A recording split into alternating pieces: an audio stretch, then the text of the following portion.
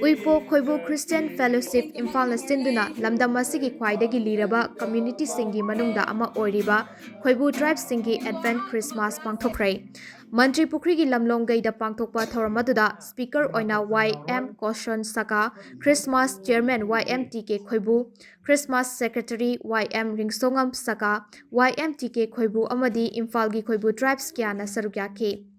Therefore, the Lord himself will give you a sign, as behold, the virgin shall conceive and bear a son, and shall call his name Emmanuel Haibatim, the Pangthokpa Thoramaduda, children group, youth, women society ki miyoi kyana isorbu saithadna isai kya sake.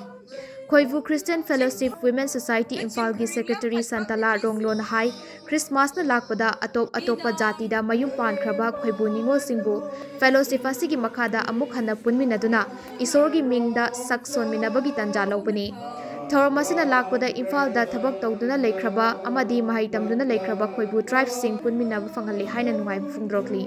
Khoibu tribes ki matang da mahang hai Khoibu haiba jati asi Technopol district ki machi lanthokhlaga leiba Khoibu hill range ta taba khwaidagi liraba jati singi manungda yamna pikpa jati amane pikraba masing yamjadraba jati asina Christmas na lakpada Imphal da amata oina punduna jati asi ki yaifanaba borni zabini haina pungdorki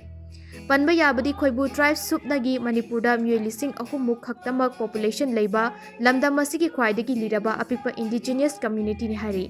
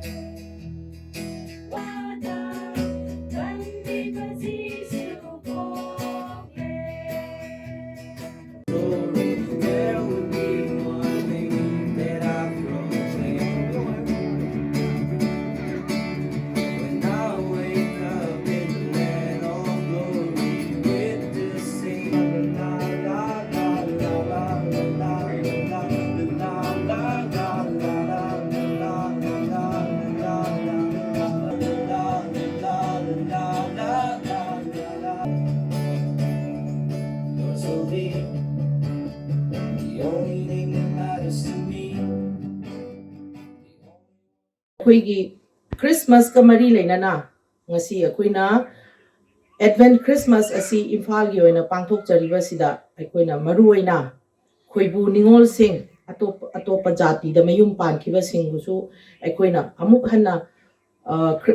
fellowship asigi makhada ngasi akoina harau nungaiba phongdokpa numit asida punna samin thakmina nabagida makta ishor gi ming sakson mina nabagida makta sitaram nokchari aduga masida akoina ngasi Imphal UKCF ki Advent Christmas asida Imphal da thabak tawduna leiba mayam family mayam ama aduga akoi sidagi sida satra sing larik laisu tamdana leiriba mayam ngasi gi numit asida ishor gi mingda akoina mafam asida amukka hanna punba phangbasi ishor bu yamna thagatli ngasi akoina ngasi gi Advent Christmas asi pangthokpa sidai sida Khoigi Khoibu haiba jati asi tasengna yenglagadi yam pikpa jati amane atopa Manipurda tariba Khoigi community sing khoi hanadagi khunda leitadana leiraba singi marakta ama oiriba Khoibu haiba jati asi Khoigi indigenous community ama oina Khoibu haiba se khoi Technopol district machi block romda khoi leiba machi lanthok khoi ngasai Khoibu hill range mountain range da taba jati group amane khoi si am pikna ngasi khoi ishor gi mingda punba phangjabasi khoi ishor bu su yamna thagatli sumaina piklaba jati amana akoina harau tayamna ishor gi ming sak sole haraga khoi gi jati gi yaiphanaba borni jaba khoi gi imung manung gi yaiphaningai gi borni jaba phangbasi khoi yamna harau